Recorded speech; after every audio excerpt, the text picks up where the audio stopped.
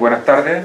Muchas gracias por estar todas y todos aquí reunidos en esta tarde en la librería del GAM, a quien agradecemos la acogida para presentar este libro, el tercero de una serie que voy a comentar y se va a comentar también un ratito más, Pablo Oyarzún, Reverberaciones.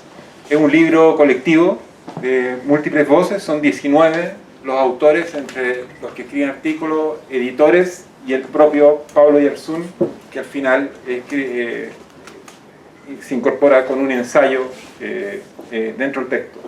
Nos alegra mucho publicar este libro, que es el tercero, como decía, de una serie que ya se inició hace bastante tiempo, bastantes años atrás. El primero de los libros fue Umberto Giannini, Filósofo lo cotidiano, que lo publicamos el año 2011, 12 años atrás.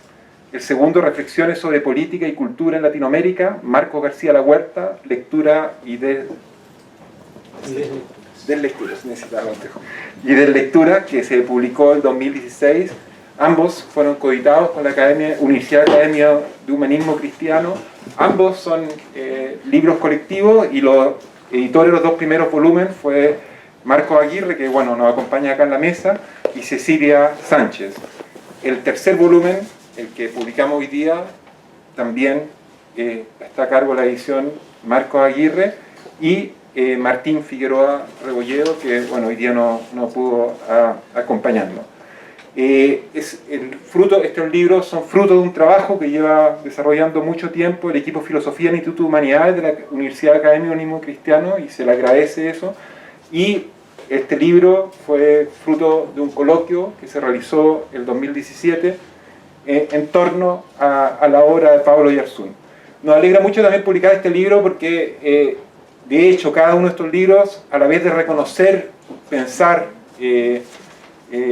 un trabajo filosófico, también son un homenaje y un reconocimiento al autor sobre el cual se trabaja. Y creemos que eso es muy importante, muy significativo, en un país que premia poco, en un país que reconoce poco a su autor, a sus creadores, a sus resistentes, pensando en los 50 años del golpe militar, un país que deja muchas veces esos temas de lado. Al final la prensa casi silencia estos temas, y creemos que es muy importante desde el espacio editorial, desde el espacio universitario, relevar esos grandes trabajos, esas tenacidades. Publicaba muchos años atrás un libro de José Miguel Vara que se llamaba justamente Los tenaces. Decía que era lo que más admiraba en una persona, lo recogía de una frase de Lenin mismo, la tenacidad. Y Pablo Oyarzún claramente es símbolo de esa tenacidad en la reflexión, en el pensar, en el plantear miradas diferentes y en traducir. Hemos sido, como editorial, tenemos el honor de haber publicado varias de las traducciones de Pablo Oyarzún sobre Walter Benjamin, Swift, Baudelaire, próximamente Kleist, y esa tenacidad, ese trabajo que ha sido un aporte para el pensar, pero ha sido también un aporte para las nuevas generaciones de filósofos, es realmente fundamental en nuestro país, y alegra que a través de este libro, a través del coloquio del 2017, se le pueda reconocer, se le pueda relevar y discutir en torno a él, para sacar nuevos aportes, nuevas líneas de pensamiento, nuevas reflexiones. La presentación, aparte de estas palabras de la editorial que mencioné, va a estar a cargo de Marcos Aguirre, como ya mencioné. Él es doctor en Filosofía de la Universidad de Chile, es docente de la Universidad Academia de Humanismo Cristiano y profesor del doctorado de Estudios Transdisciplinarios Latinoamericanos, y fue director del Instituto de Humanidades de la misma universidad. Y también por Pablo Solari, es doctor en Filosofía también de la Universidad de Chile, ¿no? Casi, es un doctorante. Y actualmente se desempeña como profesor de la Universidad Academia de Humanismo Cristiano. ¿Sí? Bueno, y evidentemente ellos van a introducir, después va a tomar la palabra Pablo Oyarzún, a quien hoy día celebramos, que va a hacer una lectura, y después se va a establecer un diálogo entre ellos y también el público presente. Con esas palabras introductorias los dejo. Marcos. Me gustaría de todas maneras agradecer en primer lugar a la Academia de Humanismo Cristiano, que como que ofreció un espacio, nos ha dado un espacio de libertad y de posibilidad, diría, que ha permitido hacer este tipo de cosas y que yo encuentro fantástico. También agradecer especialmente a LOM, que tuvo la generosidad y se entusiasmó con el libro y que quiso publicarlo. Y eso, quería dar esas gracias. Lo demás, tal vez no, me quedo con la anécdota que contaba recién Pablo Solari. Decía que Diego Macheira una vez le pidieron que presentara una película y que llegó a la película y dijo: bueno, veamos la película. Me quedo con eso y se lo paso. Claro, llega con un paquete de cabritas, así, con un pequeño agregado, valor agregado. Bueno, agradecerles su presencia a quienes han asistido a esta sesión, que no es fácil, digamos, ¿no? Presentarse, digamos, las exigencias del cotidiano lo dificultan. Agradecer primero, bueno, la presencia del destacado, o sea, también, digamos, conjuntamente con ellos, la presencia del destacado filósofo docente Pablo Oyarzún, ¿no? Quien es director del Centro Interdisciplinario de Estudios en Filosofía de la Universidad de Chile, director ejecutivo de la Iniciativa Bicentenario, miembro del board del Consortium de Humanities Center and Institutes, miembro del Comité Científico Internacional asociado a la Cátedra Internacional de Filosofía Contemporánea de la Universidad de París 8 y doctor honoris causa de la Universidad de Valparaíso. Agradecemos, bueno, a todos quienes participaron en el coloquio sobre el trabajo y la obra y pensamiento de Pablo Oyarzún, de lo cual se origina este libro, ¿no? Un coloquio realizado en la Academia de Humanismo Cristiano del año 2016. Y, digamos, origina el libro en el cual escriben, bueno, estos 18 autores y autores. 2017 era. Sí. Agradecemos, por supuesto, la voluntad de la editorial LOM de continuar con este proyecto. Y también agradecer, destacar y dedicarle un poco esta presentación a modo de homenaje a Miguel Vicuña Navarro, ¿no? Estimado filósofo, profesor, poeta, que lamentablemente ya no se encuentra con nosotros. Y bueno, recordar que Martín Figueroa Rebolledo no pudo asistir, ¿no? Es parte integral de este proyecto de libro, y dejar sentado un agradecimiento acá. Gracias.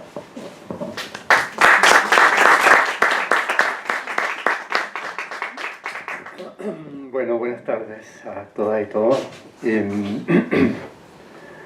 Lo primero, claro, por supuesto, son los agradecimientos a Marco por haber tenido esta iniciativa, a Marco y a Cecilia también, Martín, por supuesto, por el libro. La iniciativa tan importante que ustedes han tenido para discutir cosas que se hacen aquí en Chile y que, como decía Pablo, no siempre son discutidas ni reconocidas. No hablo aquí de reconocimiento, en realidad a mí siempre me han complicado todas estas cosas. Me complicó ese encuentro, pero después me sentí súper familiar. Después de las primeras dos presentaciones, que fueron de Juan Manuel y de Andrés, ya quedé listo. Lo pasamos muy bien, tuvimos una mesa muy horizontal, no había una distancia entre las personas que participaban ahí, salvo la distancia natural de los pocos centímetros que nos separaban a unos y otros. Y fue muy bueno eso, y uno desde luego que agradece, así como agradezco la iniciativa de la Universidad Académica de Humanismo Cristiano, agradezco desde luego a la editorial LOM, con la que me diga una vinculación ya de años, muy buena por lo demás. Agradezco la presencia de ustedes, desde luego, agradezco a todos los autores. Lo que yo decía, me acuerdo, no sé si lo dije ahí en el texto, pero sí, mucha gratitud por esto, que en realidad uno no siente que, ¿cómo diría? Uno no siente que merezca, pero que haya gente que se interesa por cosas que uno ha hecho, me parece fantástico. O sea, eso no puedo sino agradecerlo. Y es eso básicamente, o sea, como les decía, estas escenas me complican.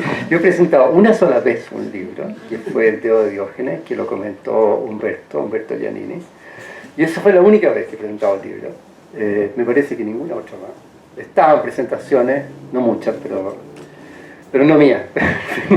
Entonces, bueno, aquí me pidieron que yo hiciera una lectura. Digo, aquí como cuando se hace el compañero aquí, me pidió que hiciera una lectura. Se cortó, sí. Préstame un segundo. Bueno, terminamos.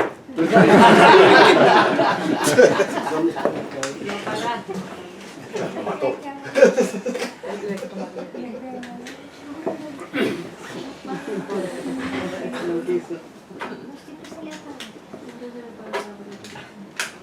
Aquí está murmurando. Ahí sí, gracias. Bueno, entonces lo que voy a hacer es una lectura de un pasaje, una cosa. No se me ocurría qué. O sea, en un momento pensé en una cosa que en realidad no lo entendería nadie, creo, porque yo mismo tampoco lo entendí mucho cuando lo leí. Pero que tiene que ver con algo que yo siempre reclamo y reivindico, que es mi vocación metafísica. Yo no tengo nada que ver con la estética. No se oye. Ah, no se oye. Ahí sí. Ya. Bueno, esa parte no importa que no lo hayan oído. Entonces, bueno, voy a leer lo que les decía, voy a leer un pasaje del ensayo que se supone que yo tenía que responder a las distintas... y era un problema, porque son 18, ¿tanto? En 18 intervenciones. Y entonces, responder a 18 intervenciones lo que excluye de antemano es que uno vaya respondiendo de una en una. O sea, eso hay un libro en la Complutense que sí es de una en una, que son 6 intervenciones, entonces ahí uno puede responder de una manera que es más compatible con la lectura. Más. ¿Sí? Ahí. Es más compatible con, es más compatible con la lectura. ¿Está funcionando o no? Sí. Sí, ya está. No está, yo creo que no, ahí sí, ahí está funcionando. Hay una proximidad con esto que... Hay reverberación.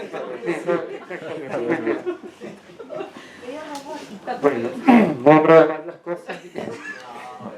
Está entretenido. ¿Cómo hay que poner esta cuestión para que se escuche? Como de rapero, así como rockero. Sí.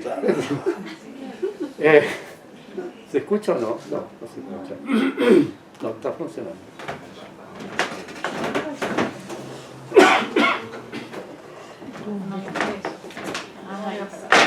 Volvemos al cabo. Está bien, está bien.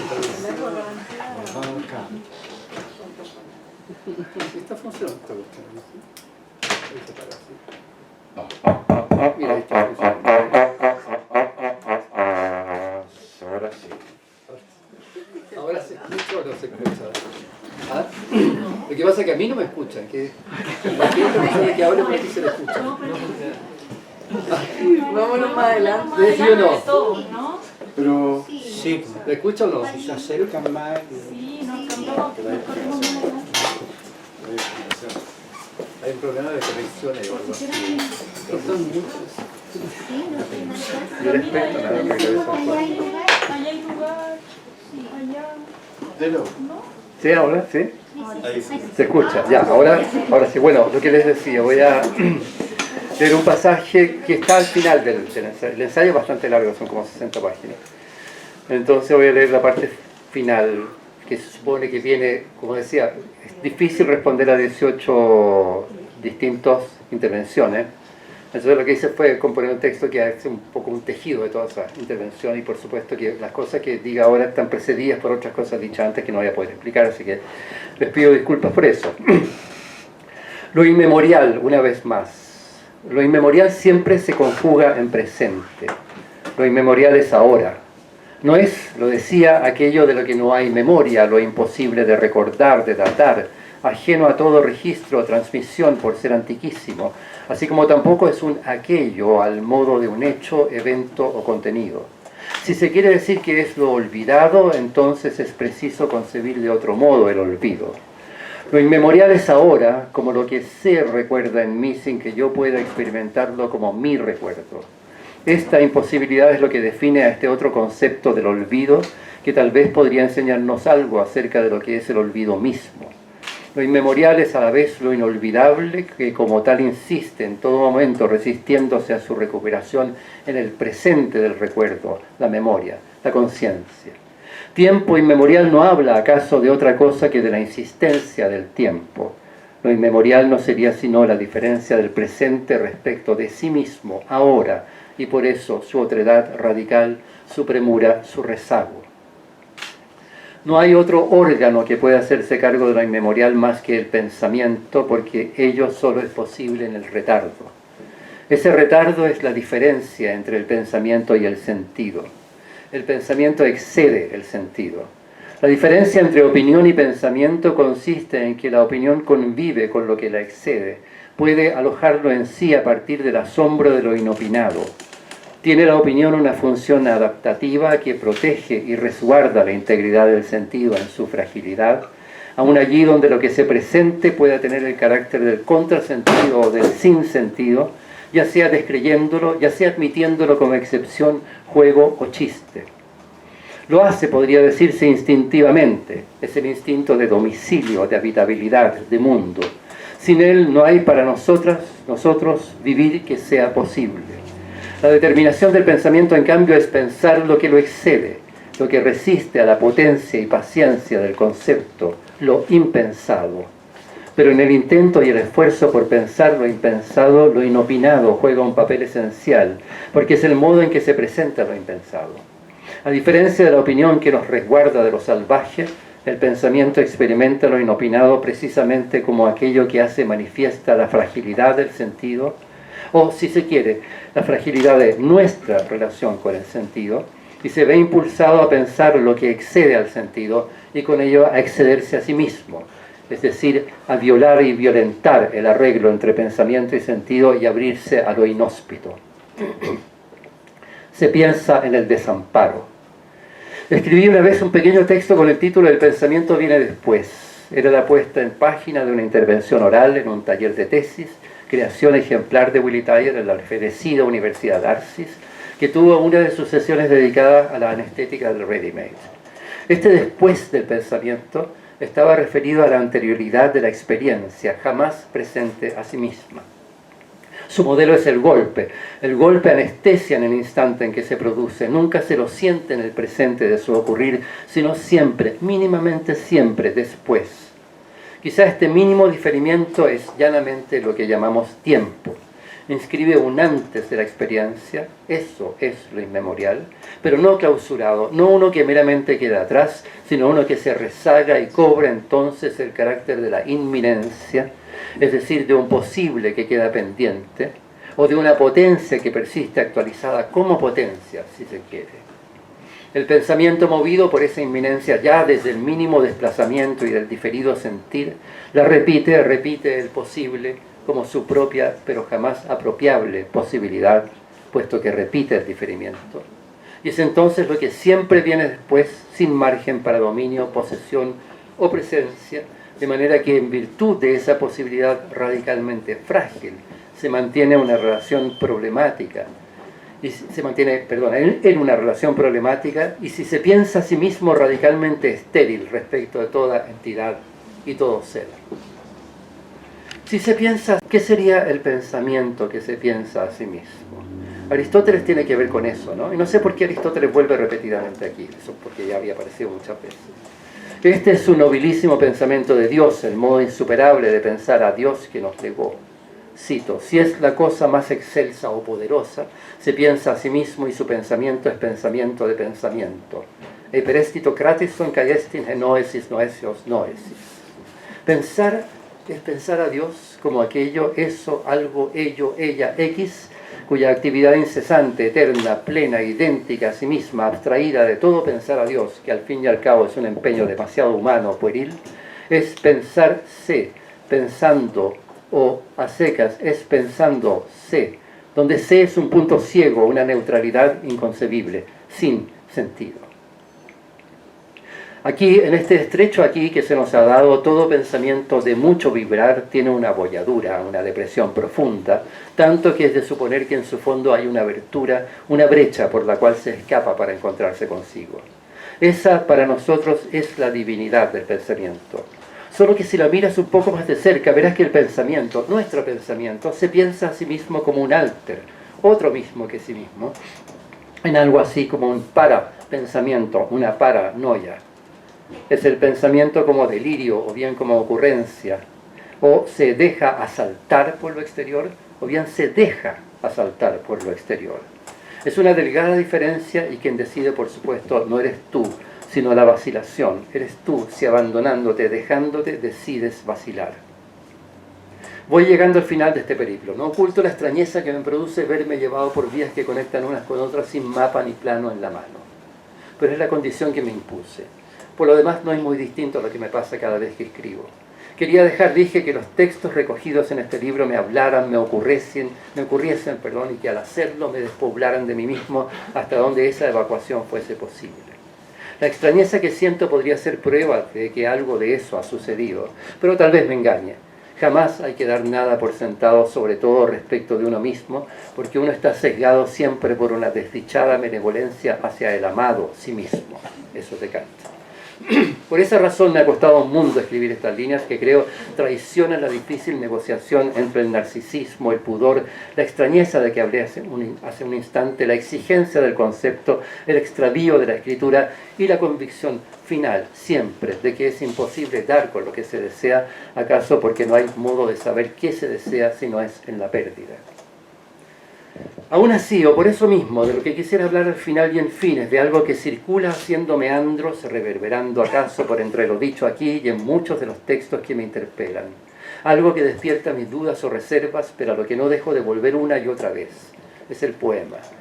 Marcos Aguirre, aquí presente, cita un pasaje de Quiasma, de Retórica y Filosofía, que formula esa reserva, que es una reserva allí en cuanto a homologar un hipotético discurso sin pretensiones, que sería inconmensurable respecto de filosofía y literatura, homologarlo precisamente con el poema, alegando que esa que sería una verdad escarpada, más allá de toda pretensión de verdad, exige la más paciente de las preparaciones. Si bien esta apelación a la paciencia me suena más a ganar tiempo mientras a uno se le ocurre algo para sostener el barrunto de esa verdad, o bien para salir del entuerto en que se ha metido, diría que hoy sigo manteniendo ese reparo, esa cautela. ¿Por qué? Precisamente porque eso que llamamos poema se entiende espontáneamente como un producto, una cosa, un objeto verbal, tal vez se quiera ampliar su acepción a otros medios, que se atina, y si nosotros atinamos a percibir y sentir, que es pensar, nos embarga con un efecto, un afecto, una emoción que nos sustrae momentáneamente al sigiloso rigor de lo de siempre y ya se disipa. Esa disipación se debe al marco. Todo poema nos llega protegido y a la vez refrenado por un marco. Sin el marco tal vez ni nos daríamos cuenta de que hay un poema allí. Piénsese en la puesta en página, en el verso, en la vuelta de cada verso que da paso al que sigue, en ese pas de lieu, en ese pas de temps que define la posibilidad y a la vez de la vuelta, la imposibilidad del poema. El poema, la palabra poética, es no el órgano, sino el lugar que puede alojar pasajeramente siempre lo inmemorial. Piénsese en ello. Pas de lieu, pas de temps, posibilidad e imposibilidad del poema a la vez. Eso es el pensamiento. Es el pensamiento en el momento en el que la palabra que le daría cobijo se rezaga, y siempre se rezaga. De ahí le viene al pensamiento su retardo, su después. Tal vez lo que uno busque al fin, a través y por entremedio de las muchas palabras que vierte, profiere o inscribe, sea una palabra, no más que una palabra, que permitiese sentir en ella y por ella todo lo posible, y sentir todo el tiempo de lo posible, que es lo inmemorial y la inminencia. Curiosamente, Pablo Cotet, que está por aquí, detiene su larga retahíla de palabras sonsacadas de cosas que he escrito y seguramente dicho también en la palabra reticencia, dejando que todo lo demás que pudiera decirse te desgrane por entre la seguidilla de 3 puntos. Dije que reticencia viene de tacere, callar. La palabra aquella, esa otra palabra, acaso, es la que, improferible, se guarda en nosotros, cuando cerramos los labios como si fuesen los bordes de un estuche. A cada momento, ahora.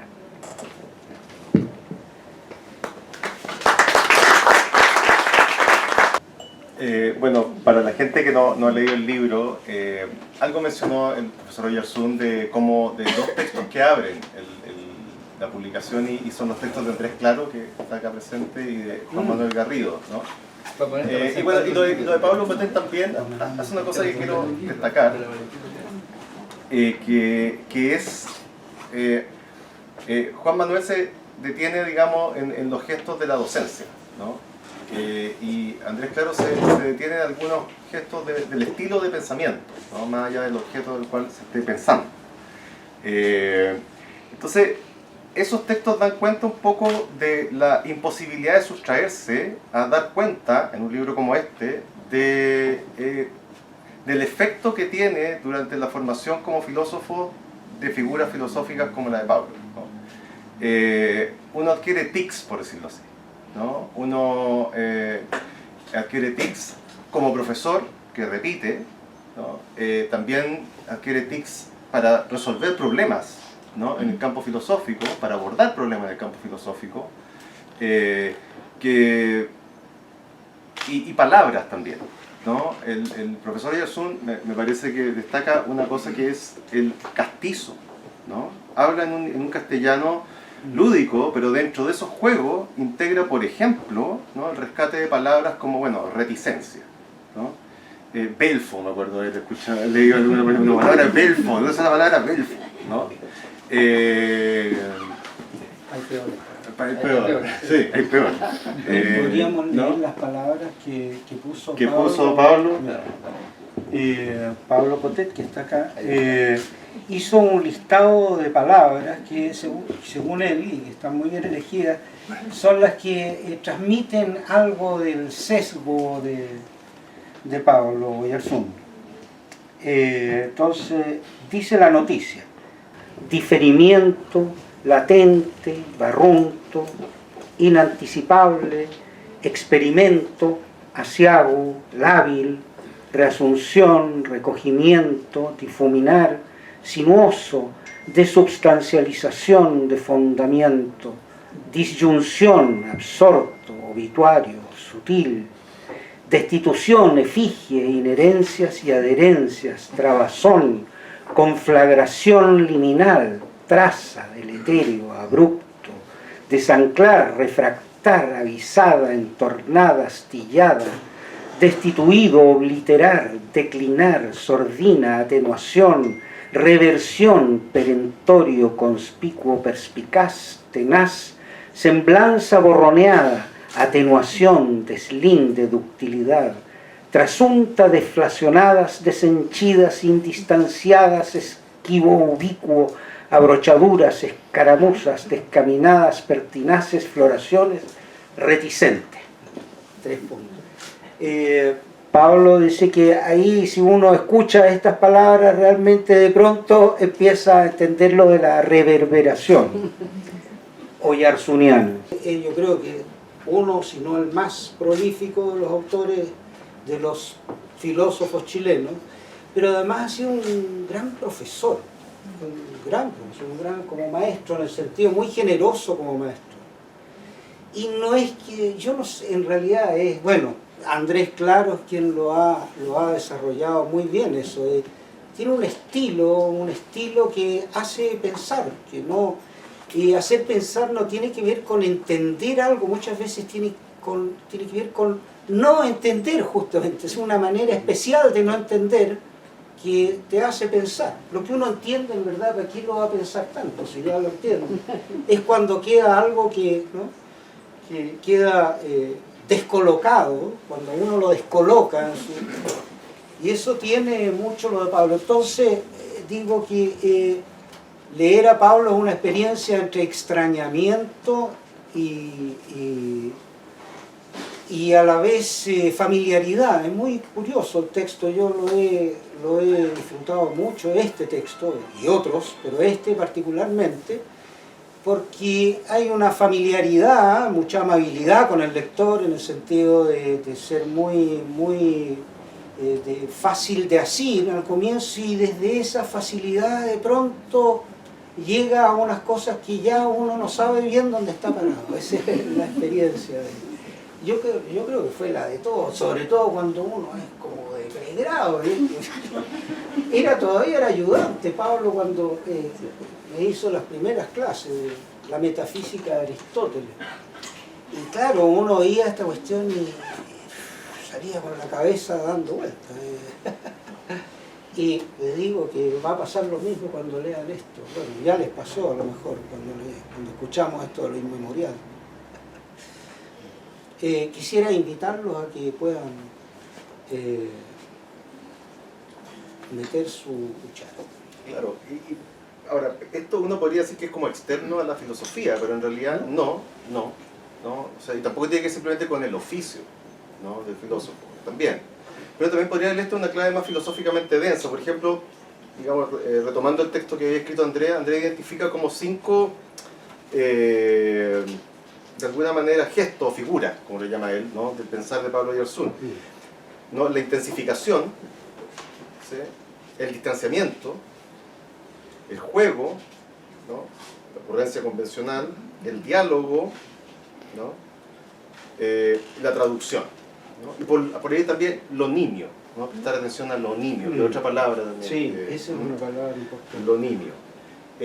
Uno podría pensar que es una tabla de categorías también, ¿no? Si el pensamiento tiene formas, ¿no?, tiene formas fundamentales por las cuales opera y procede su relación con, bueno, lo otro, ¿no?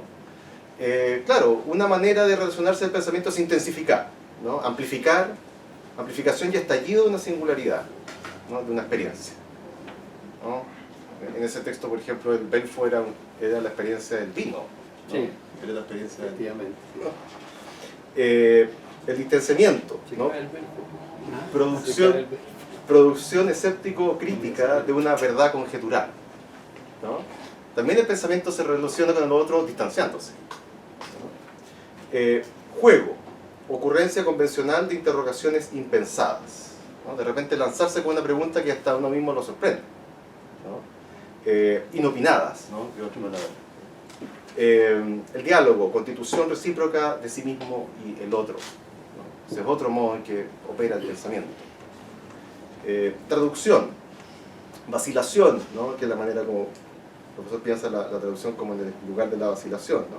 Vacilación teórica que obliga a la decisión performativa, ¿no? Es digamos, la traducción siempre funciona de cara a un indecidible, ¿no?, a un conjunto de alternativas en las cuales se juega ahí una decisión absoluta, digamos, ¿sí?, ¿no? Bueno, esos gestos, digamos, definen un campo categorial, no la deducción de las categorías de Kant, no categorías universales y necesarias de cualquier sujeto, ¿no?, sino, bueno, una figura pensante, posible, digamos, ¿no?, que tiene estas categorías, ¿no?, estos modos de funcionar. Eso se me ocurre.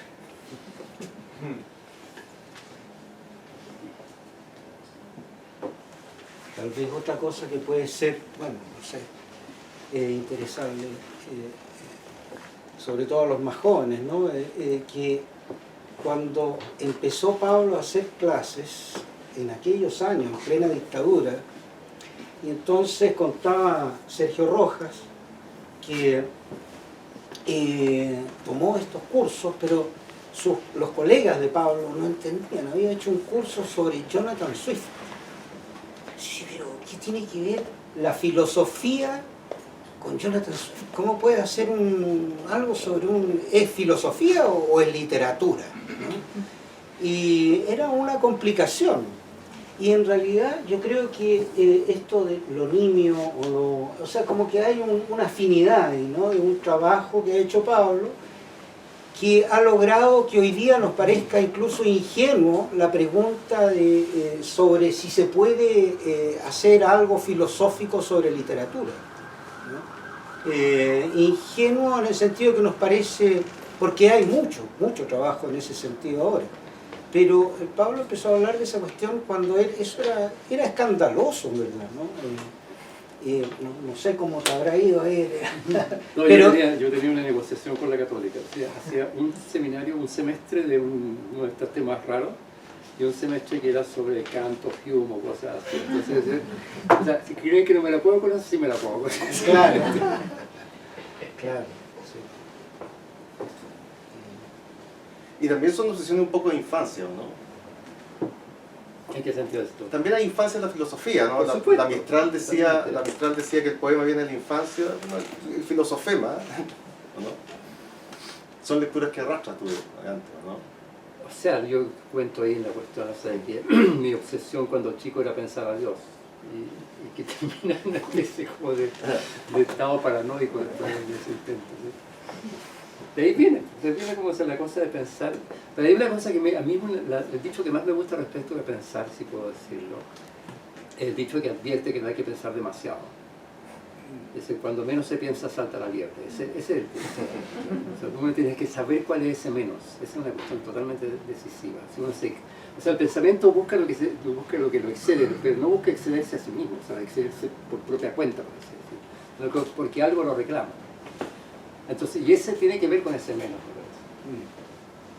Eso es lo que yo pensaba que era una sabiduría cínica del perro Diógenes, por supuesto.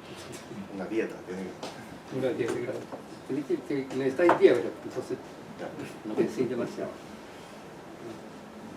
Habla como que cierta actitud del filósofo tiene que ser como esa, como el filósofo infante, es decir, como dejarse sorprender por el mundo, dejar maravillarse, encantarse por las cosas, no como siempre estar pensándolo como dentro de ciertos campos, así como la filosofía, dicen ustedes, se puede emplear a la literatura, claro, también se puede llegar a otros campos y no pensar solo literatura como literatura o filosofía como filosofía.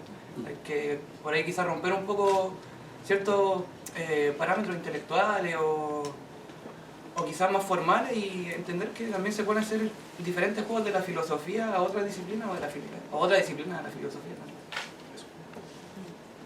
Sí, totalmente. Pero hay algo así, como hay un reclamo que hace la filosofía que lo hace más allá de sí misma también, que es el reclamo del concepto. Es una cuestión que para mi gusto no puedo abandonar ese concepto, lo categorial. ¿Por qué? Pues lo he dicho miles de veces, esa cuestión, porque el tema es enfrentar eso con lo singular. O sea, experimentar esa tensión. Y creo que eso es pensar, también. Pensar es poner en juego las categorías inevitablemente con las que uno trabaja. Pero respecto de cosas singulares, o sea, respecto más bien dicho de la singularidad de las cosas. Que es, y nosotros perdemos de vista muchas veces la singularidad.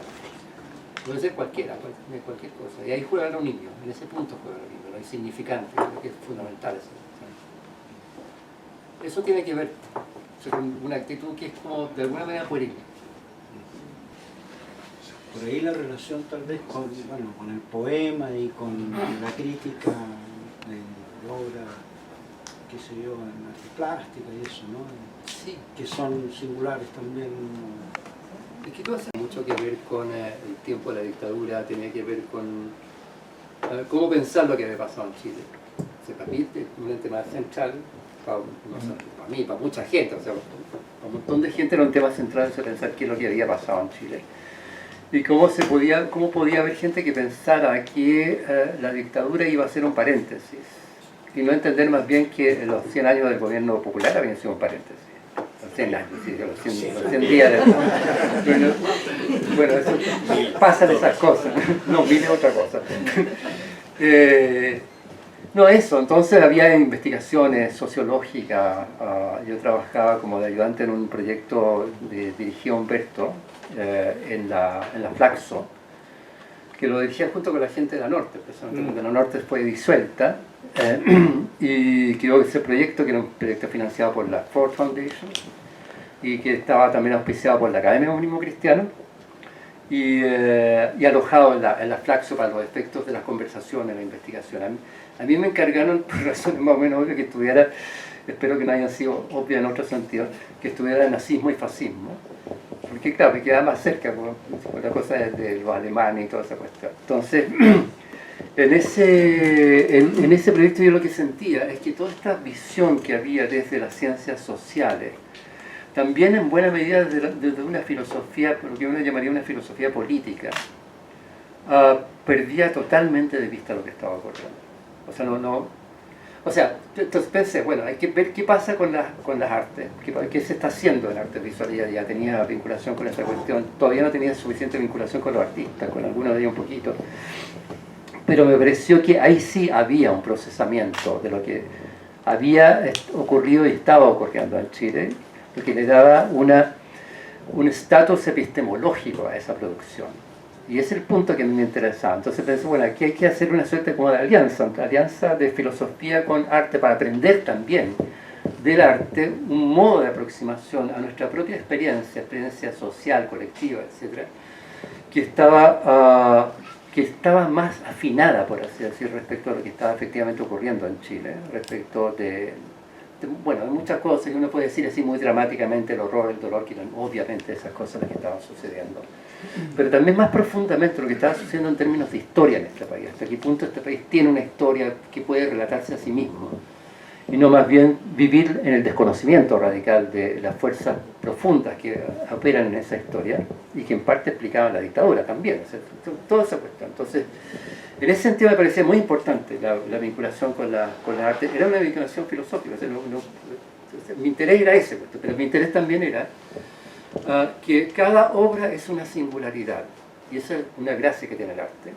que enfatiza justamente la singularidad del producto, ¿no? Entonces, tú no puedes simplemente, o sea, son fantásticas nociones tales como estilo o cosas así, tú no puedes dedicarte solo a hacer filiaciones de obras, por ejemplo, y decir esta se relaciona con esta otra y toda esa cuestión, y hacer como la historia, por así decir, la historia del arte chileno, cosas así que son necesarias de hacer, pero no puedes simplemente concentrarte en eso o quedarte en eso, sino que tienes que poder percibir aquello que de la obra es estrictamente singular y que es la única razón por la que esa obra existe. Y que no tiene que ver con calidad de la obra, o sea, no tiene que ver con el carácter monumental que la obra puede tener, sino que tiene que ver con un cierto efecto que la obra produce y al cual la obra se debe también, y que es un efecto de experiencia en rigor. Y eso es una cosa en la que uno se encuentra también. Con otros que ven esa obra, con otros uno se encuentra también, con el artista eventualmente, etc. Yo he tenido encuentros bien felices con artistas. Acabo de escribir una cosa para Gonzalo Díaz, que escrito varias cosas. Porque me parece que ahí sí hay como digo, una calidad epistemológica que me parece totalmente ejemplar en obras tales como la de Gonzalo Díaz, la de Eugenio Dickman, me parece que son obras notables en términos. Lo que se puede aprender epistemológicamente de esas obras es de gran riqueza. Entonces, creo que ahí hay o lo que uno diría como una explicación, porque uno tiene que acercarse a eso. Yo suelo decir que en el siglo XIX, ¿para qué vaya a leer a Hegel? ¿Para qué leer a Hegel? ¿Para qué leer esto? No leas a Hegel, no leas a Marx, no leas a Nietzsche, léete a Poe, a Kleist, a Baudelaire. Eso es el siglo XIX. Bueno, eso obviamente es un chiste, pero sí, la calidad de pensamiento que hay en esa obra es absolutamente determinante. O sea, uno no aprende o uno pierde cosas si uno no lee a esos autores, no los lee ejerciendo, por decir, la atención o la tenacidad, una palabra que se usó hace poco. No, más bien la resistencia y la reticencia también, que la obra tiene respecto de la imposición de plantillas conceptuales. Y ese juego me parece a mí muy fascinante. Bueno, muchas gracias a quienes presentaron hoy día y a quienes editaron el libro, a Marco Aguirre, a Pablo Solari. Muchas gracias a Pablo Yarzún por su lectura, sus reflexiones, su trabajo constante, sus traducciones, su producción propia, su enseñanza también, evidentemente se comentaba eso.